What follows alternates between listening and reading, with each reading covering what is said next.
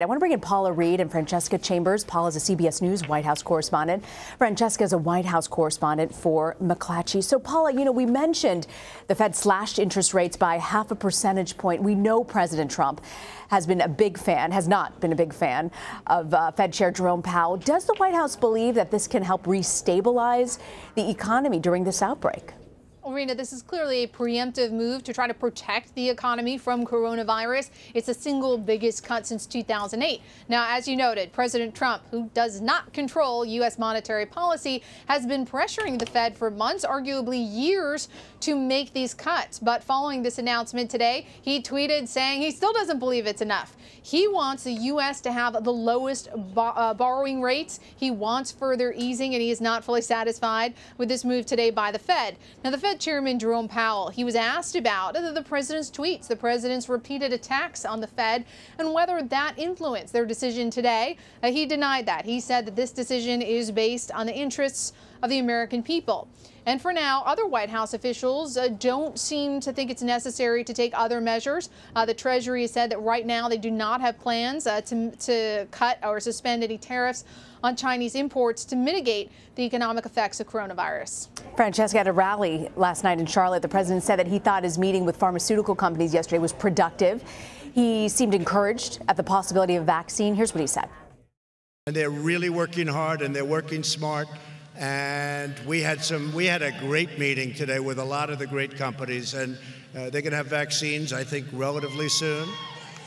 And they're going to have something that makes you better, and that's going to actually take place, we think, even sooner. So it's a lot of good things are happening. So are the president's comments on the vaccine at odds with what his top health officials are saying?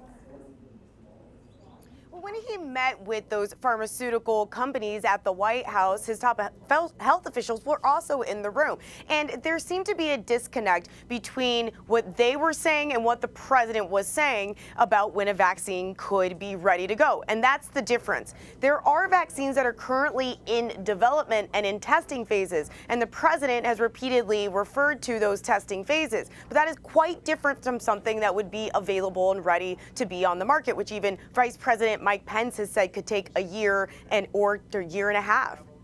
Paula, do health officials like Health and Human Services Secretary Alex Azar, do they have the trust of the president in handling this case? Ooh, Rena, it's complicated. On the one hand, the secretary, he's still the head of Health and Human Services. He was seated next to the president during this big meeting yesterday with pharmaceutical executives. He's one of the principals that is put out to answer questions on coronavirus. But we also see where the president has tapped Vice President Mike Pence to really oversee the entire response. And behind the scenes, the president has been frustrated with Azar and other top health officials for being in his mind, alarmist, for spooking the markets. Now, there's going to be another wave of criticism and critiques here as we look at the CDC's response. And there has been scrutiny about delays at the CDC, about potential contamination of test kits, and how that several factors may have caused hundreds of Americans not to be tested or delays in their testing.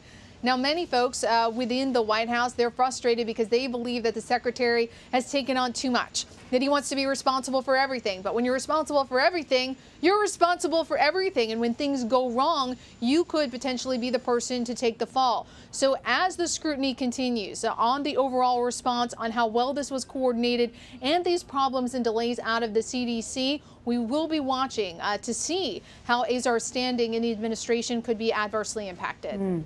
Francesca, lawmakers are still working on a coronavirus spending package.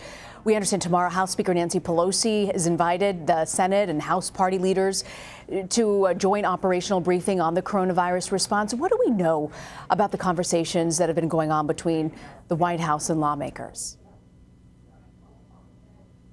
Well, the White House and President Trump again today said that they expect this to be done soon, and it would have to be because the Congress is going to be out of session on a spring break, so to speak, a legislative district session coming up in the next week and a half. And so whether something gets done or not in the next week, it would have to wait after that if they can't get this across the finish line until the very end of March. And Paula, the president had asked for $2.5 billion last week. Democrats wanted 4 times that amount. Is the White House willing to spend more to combat the outbreak? It's been interesting, Rita. The president publicly has expressed some flexibility in terms of how much money could come from Congress. While initially White House officials who were working behind the scenes to negotiate this, they were pretty fixed on that $2.5 billion number initially. They believed that was a snapshot of the immediate needs. They wanted that put on an accelerated track.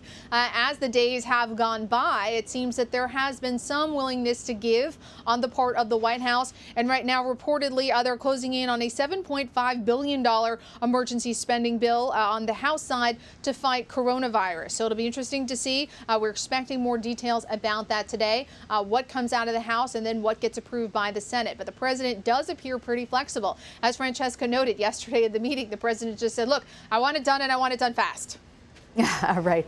I want to thank you, Paula Reid and Francesca Chambers. Thank you both for joining us.